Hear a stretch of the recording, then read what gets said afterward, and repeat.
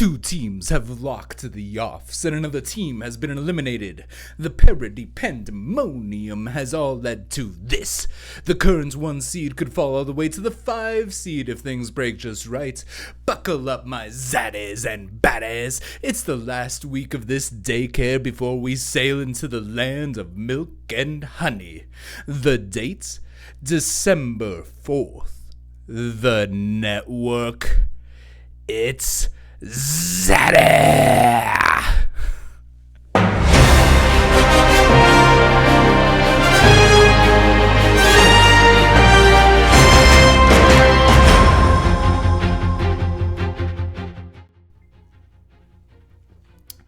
Alright, top Zaddy honors go to Collusion Bro Canopo, and now that that's out of the way, let's get to the breakdowns. Bria the Baddie has officially been eliminated from the Yoffs. Rest in peace to Jalen Hurts, CMC, AJ Brown, Tyler Warren, Jackson Dart, and DK Metcalf. We will see you next year. The first 2 playoff locks are BTD aka Brandon and Canopo, both at 9 and 4, both prior champs. Good for them. Happy for you. Congrats.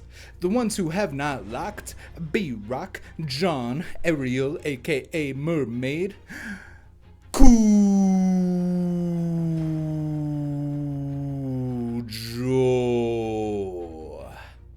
The Bond Leavers, Darth Snacks, and Jackster. We'll start from the top. A B-Rock could snag the 1 seed if BTD loses and he wins. Guess what? They play each other this week. And BTD is facing a late bipocalypse. Worst case scenario, B-Rock falls to the 6th seed. If he loses, since he has the highest remaining points for, Sleeper says there technically is a path to him missing the offs entirely. But it requires other teams to score roughly 300 points. So, technically, John can snag the 2 seed if both BTD and Canopo lose. Guess what? Canopo and John play each other this week. Maybe you should have sacrificed your kid this week, Canopo, instead of wasting that on beating a Barosmer. You fool of a took. However, John could fall to the 6th seed, or worse, if other teams win and score an absurd amount of points to overtake his 2nd highest points for. Now, Ariel is in a very similar spot to John. A win means she's in. If Canopo and BTD lose, she could even shoot up to the 1 seed. A loss? She's in danger of the cut. She has the 3rd highest points for, so if the right teams win and score just enough, things get a little dicey. Come on. Let's get a little spicy now. Cujo holds the keys to the kingdom here. The first fringe Yoff player with 7 wins with the highest points for of the fringe teams. That means he wins, he's in. He's going up against Darth Snacks though. What would a loss mean? If Darth Snacks wins, he ties Cujo's record. He would then need to outscore Cujo by about 17 points to take the tiebreaker. A meatball, baby. Now, here's where the Bond Leavers come into play. If the Bond Leavers beat Wes and Cujo loses, hello, daddy. The Bond Leavers grab the 6th seed, and if the Bond Leavers go absolutely wild, and Ariel, B-Rock, and John lose, he could climb all the way to the 3 seed. But that ain't happening, folks. We live in the world of the real. Now, it's time for the Jackster. Ooh, baby, I know you live for this shit. Sitting at 6'7", just like Darth Snacks. 6'7". You need Darth Snacks to beat Cujo, you to beat Mermaid, the Bond Leavers to lose to Wes, and you need to outscore all other potential 7 and 7 teams by 39.52 points. Go ahead, insert the Dumb and Dumber. So you're saying there's a chance. Meme now. Woo! Now, as I look at my agenda, it says on here that we have a special Baddie Report from Ariel.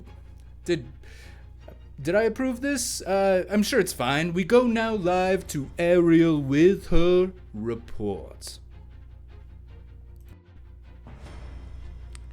Good evening, Zaddies and Baddies.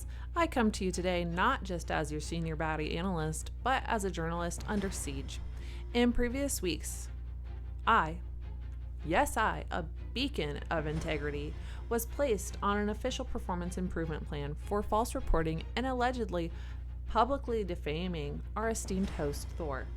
However, I think that by pointing out that he chronically, repeatedly, and without fail chokes before the playoffs is nothing but the truth, and now he's trying to punish me by placing me on a PIP. Now apparently reporting facts is hostile, disrespectful, and bad for morale, which is wild because I'm pretty sure morale and respect have never once been alive in this league. But fine, corporate wants me to grow, reflect, and repair trust. So here I am, bravely continuing my work despite the emotional damages. And because I'm a professional, I am willing to accept restitution in the form of a formal apology from Thor, financial compensation for my injured journalistic reputation, and daily habit coffee every Sunday until the Super Bowl. But I am a bigger person, like metaphorically, emotionally, and spiritually. And I am still rooting for Thor this week. Why? Because the Vanguard name is down horrendously right now, and frankly, he needs to restore a shred of dignity to this bloodline, preferably before the holidays. Come on, Thor. My kids share a last name with you. However, let's talk about the real villain in my playoff story. John.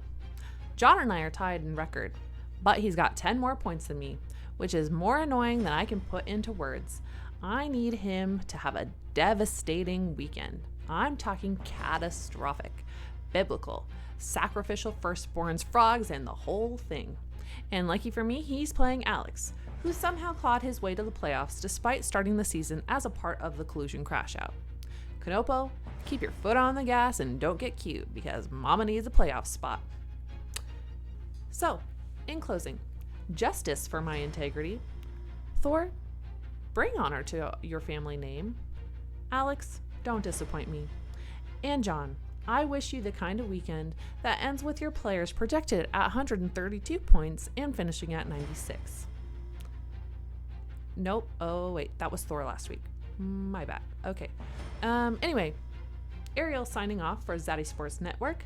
Tune in next week where hopefully I will have clinched my playoff spot and will rightfully be off of this PIP. Whew.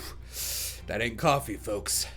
Alright, again, I never review the reports. I let our team of overworked editors handle that and deal with the repercussions as they come. Like a man. Anyways, that's what you get, you filthy degenerates. Go wallow in the feeling of the passage of time. Yes, it's December. Yes, it's almost New Year's. How is it almost 2026? Where did the time go? Get over it. There's fantasy football to worry about. Until next week, my baddies and zaddies. I don't really care what you do. Just go be entertaining.